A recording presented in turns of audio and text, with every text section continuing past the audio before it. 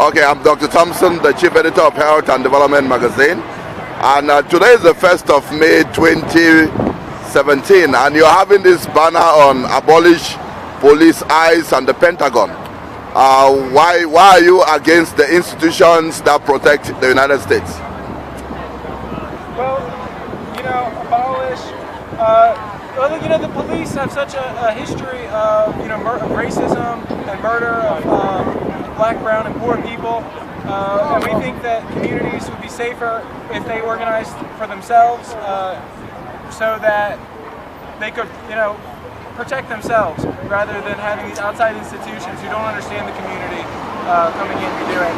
When it comes to ICE, we don't believe that there are borders in the worker struggle. We think that, we have more in common with a worker in Mexico than we do with a boss on Wall Street.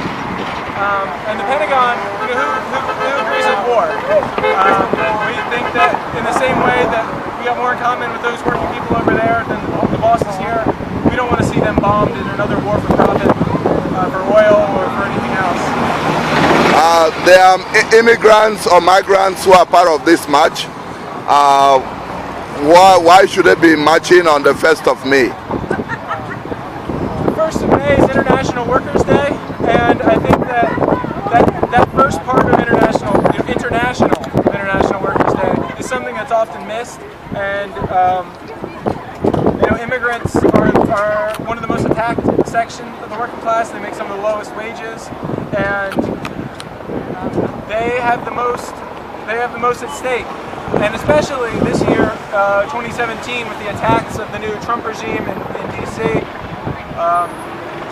it's important, we think, to show for immigrants to stand up for themselves and for non-immigrants to stand up with immigrants, to say that we've got your back, that we're here to stand in solidarity with you and resist racism.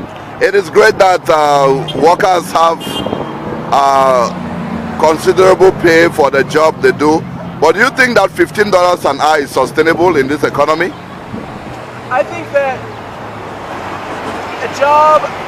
if you work a job, you should be paid a living wage.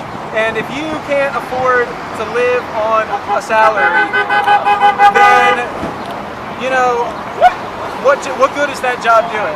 What public good is it doing if a worker has to rely on welfare, has to rely on food stamps or Medicaid?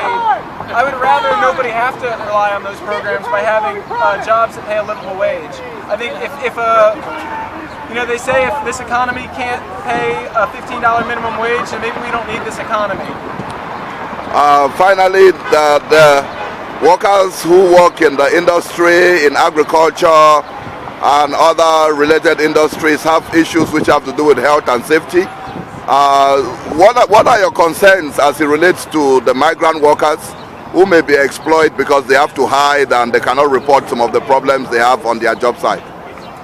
I think that's a great point, and that's one of the reasons that attacking immigrants like Trump is doing doesn't help anybody. If you want to help immigrants and actually help non-immigrants, is to make it safer for immigrants, because if you can threaten an immigrant with deportation, you can pay them lower wages, and they aren't as free to fight for better conditions and for better wages, conditions, safety, all of that. And so I think that's a really key piece of why immigrants can be so exploited.